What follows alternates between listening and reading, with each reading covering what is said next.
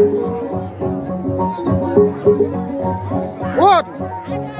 What? Em ra ạ. Giờ cái hết sao quay một quét quay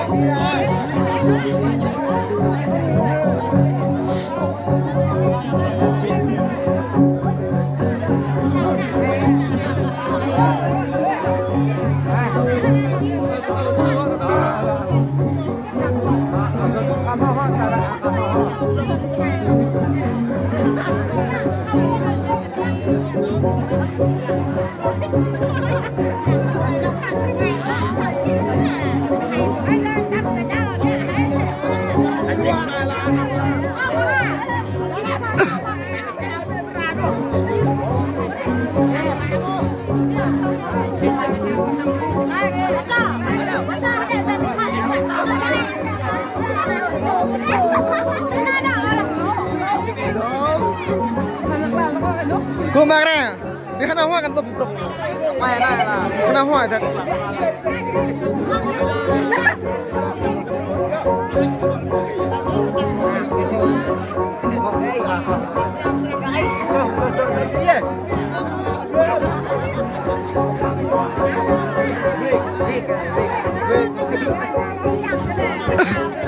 mau cho đồ ma mau cái này đó cho đồ ma mau lên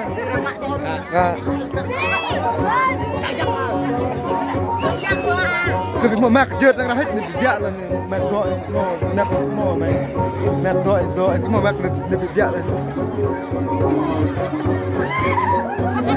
lo và bịa